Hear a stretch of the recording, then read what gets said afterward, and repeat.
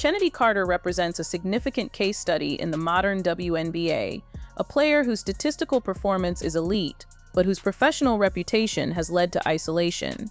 At 26 years old, in the prime of her career and leading her team in scoring, Carter is currently playing in a Mexican league, while the WNBA experiences its most successful season in history. In a league reaching mainstream status, individual talent is no longer enough to offset the risks associated with internal disruption. The current trajectory of Carter's career was largely defined on June 1, 2024. During a highly attended game against the Indiana Fever, Carter delivered a blindside hip check to Caitlin Clark after the whistle had blown. The play was not a standard defensive maneuver, it was a targeted physical strike that occurred while the ball was dead. The situation was further complicated by the reaction of the Chicago Sky bench, where teammates were seen applauding the foul. The incident shifted the focus from the game itself to a broader discussion regarding professionalism and player conduct. The fallout continued during the post-game press conference. When reporters asked about the incident, Carter declined to apologize or even use Clark's name, dismissing the inquiries. This response created a branding challenge for WNBA executives. While Clark maintained a professional public stance, Carter's dismissive approach highlighted a disconnect between her personal conduct and the league's efforts to build a marketable, professional image.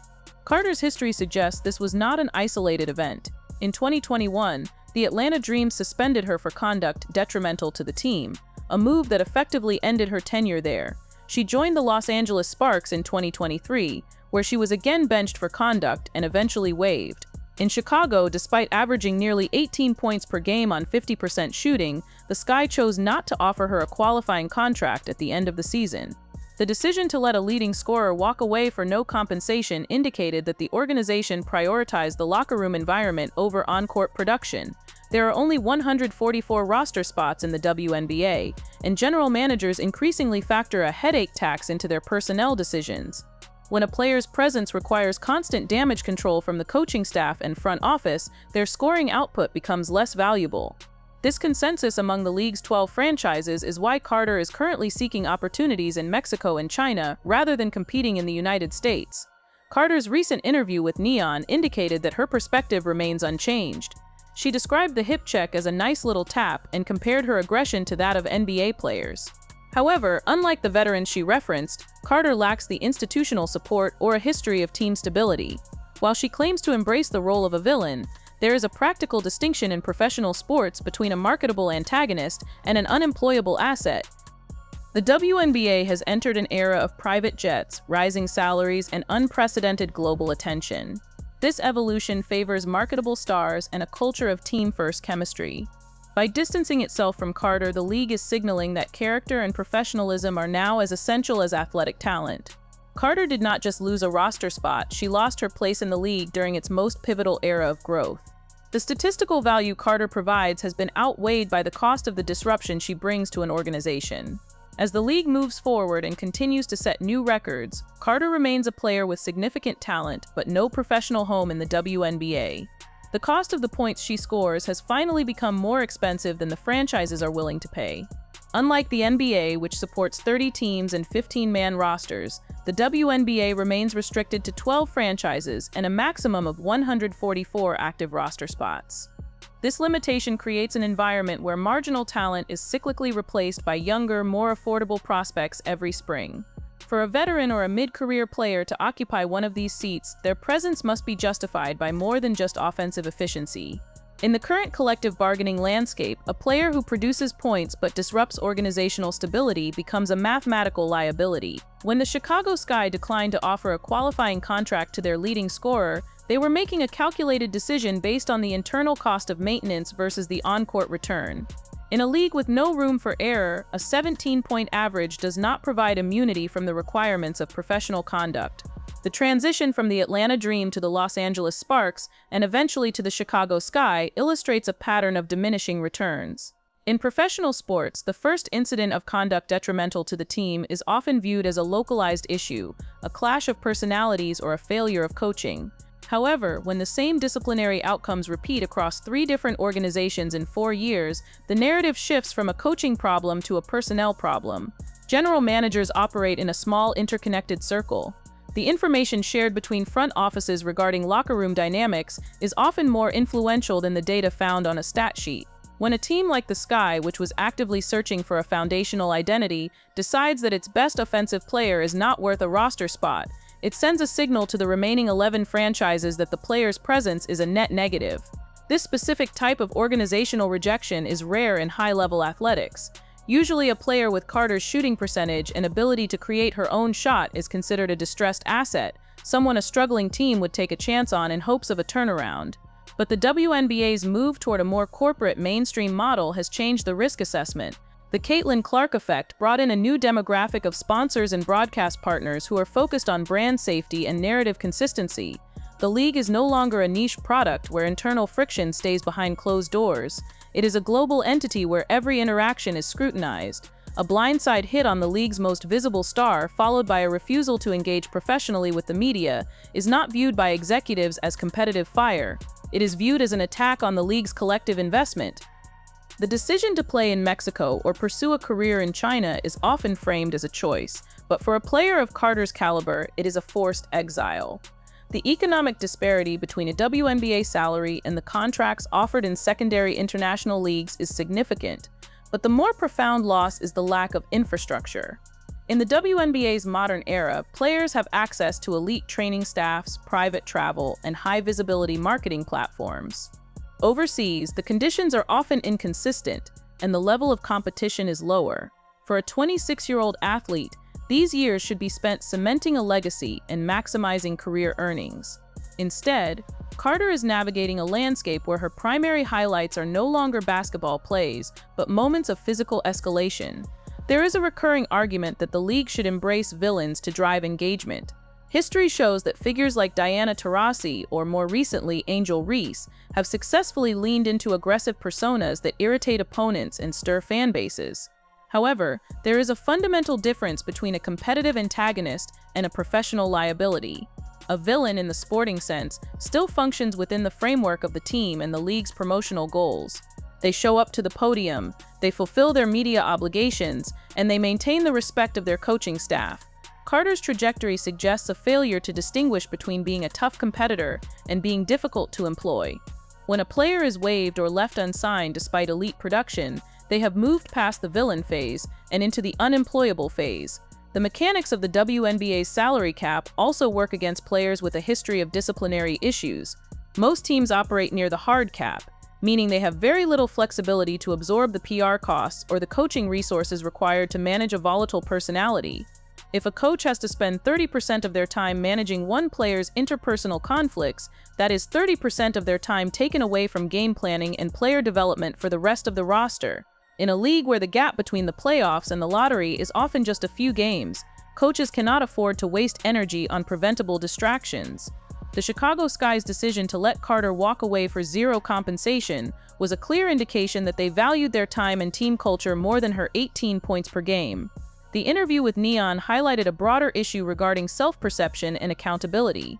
In a documentary or reporting context, the language an athlete uses to describe their own actions provides a window into their future prospects.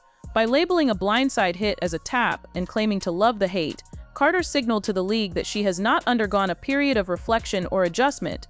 For an executive considering a roster addition, this lack of contrition is a red flag. It suggests that the same behaviors that led to her exits in Atlanta, Los Angeles, and Chicago would likely repeat in a new environment. Professionalism is not a static trait. It is a series of choices made daily in the locker room, the weight room, and in front of the cameras. The current era of women's basketball is defined by a shift toward the team-first marketable athlete.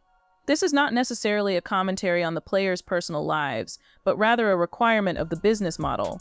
The investors and brands currently pouring hundreds of millions of dollars into the WNBA are looking for stability. They are looking for stars who can lead a franchise without creating a crisis during a Tuesday night post-game press conference. Carter's style of play, which is heavily reliant on individual isolation and high-volume shooting, already places her in a category of players who must be highly efficient to be valuable. When that individualistic style on the court is mirrored by individualistic behavior off the court, the player becomes an outlier in a league moving toward a more cohesive, professionalized structure. The concept of the blacklist in sports is rarely about a formal agreement to exclude a player. Instead, it is a collective realization among decision-makers that the cost of an asset has exceeded its value. In the NBA, a player like Kyrie Irving or Draymond Green can sustain multiple controversies because the revenue they generate and the scarcity of their specific skill sets are so high that teams are willing to endure the headache tax. In the WNBA, that threshold is much lower. The financial margins are tighter, the rosters are smaller, and the PR impact of a single negative story is amplified. Carter's talent is undeniable. She is one of the most gifted scorers of her generation, but her career serves as a cautionary tale about the limits of talent in a professional ecosystem. As the WNBA prepares for expansion and a new media rights deal, the standards for player conduct will likely continue to rise. The league is no longer in a position where it has to tolerate disruptive behavior to keep its best players on the floor. There is a deep pipeline of talent coming from the collegiate level. Players who have been trained in high-pressure, high-visibility environments and who understand the importance of the personal brand. Carter's brand has become synonymous with volatility, and in the professional era, volatility is an expense that general managers are increasingly unwilling to pay. The tragedy of this situation lies in the waste of peak athletic years. A basketball career is a brief window of opportunity, and for a player to be voted off the island at 26 is an indictment of their professional approach. While the game will continue to grow and new stars will emerge, the story of Chennedy Carter will remain a reference point for how quickly a career can be derailed when the individual refuses to align with the institution. The buckets were elite, but the bridges burned were the only way to stay on the court.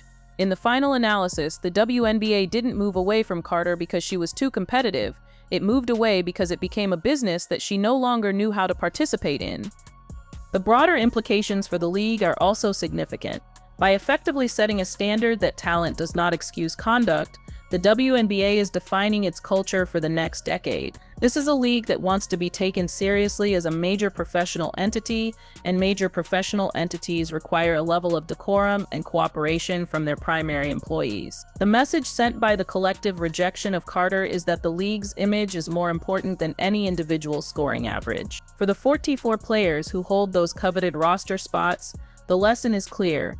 The ability to play the game is what gets you the job, but the ability to exist within the professional structure is what allows you to keep it. The question of whether the league was too harsh is ultimately a question of business logic. If an employee at any other multi-billion-dollar corporation behaved in a way that insulted the company's most valuable client and then publicly mocked the incident, their termination would be a formality. Professional sports often operate under a different set of rules, but the WNBA is currently aligning itself with the standards of the wider corporate world. In that world, an elite performer who creates a toxic environment is replaced by a reliable performer who supports the mission. Chennedy Carter's points were elite, but her impact on the environment was unsustainable. The result is a player who is currently a spectator to the most important moment in the history of her sport. Looking forward, the path back to the WNBA for Carter would require more than just an impressive season in Mexico. It would require a total reconstruction of her professional identity. It would require a team to believe that the pattern seen in Atlanta, Los Angeles, and Chicago has been broken.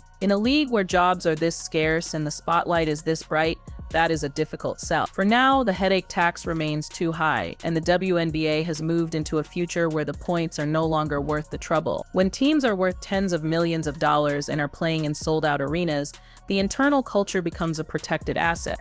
A single player who creates a hostage situation at a press conference can affect ticket sales, sponsorship renewals, and the willingness of other free agents to join the team. The Chicago Sky, for example, had to consider how Carter's reputation affected their ability to recruit other elite players. In a professional locker room, players want to know that their teammates are reliable and that the focus will remain on winning games, not on managing the latest social media controversy or disciplinary hearing. Furthermore, the role of the WNBA Players Association and the collective bargaining agreement provides the framework for how these disputes are handled. While the union protects players' rights, it cannot force a team to sign a player who has been released or whose contract has expired. The blacklist is not a violation of labor law. It is the natural result of a free market where 12 employers have all reached the same conclusion about a specific candidate. When the market speaks with this much unanimity, it is a reflection of the candidate's history rather than a conspiracy of the employers. Carter's situation also highlights the evolving nature of scouting. In previous decades, scouts focused almost exclusively on physical attributes and statistical output. Today, the scouting report for a player like Carter includes an extensive character and intelligence section. This includes interviews with former coaches, teammates, and even support staff. If the feedback consistently mentions a lack of coachability or a tendency towards self-isolation, that information is weighted heavily against the player's scoring ability. In the modern WNBA, the mental load of a player is a key metric. If a player requires a disproportionate amount of emotional and psychological management, they are often graded as a lower-tier prospect, regardless of their talent. The contrast with the current rookie class is also instructive. Players entering the league now are often coming from programs where they have already been treated as professional entities. They understand the mechanics of the media, the expectations of sponsors, and the necessity of team cohesion. They are pro-ready not just in their jump shots, but in their ability to navigate a professional organization. When a veteran like Carter, who has been in the league since 2020, fails to meet these basic professional standards, it creates a stark contrast with the younger players who are eager to take her spot. Ultimately, the story of Chennedy Carter is a study in the transition of the WNBA from a struggling league to a thriving business. In the struggling era, teams might have tolerated her behavior because they were desperate for any star power. In the thriving era, the league has enough stars, enough revenue, and enough momentum that it no longer needs to compromise its standards for a single player. The professional era has arrived, and it has no room for the individualist mindset that Carter represents. The league is growing, the seats are full, and the game is moving on, with or without its leading scorers. Would you like me to expand further on the specific financial impact of the league's new media rights deals on roster construction?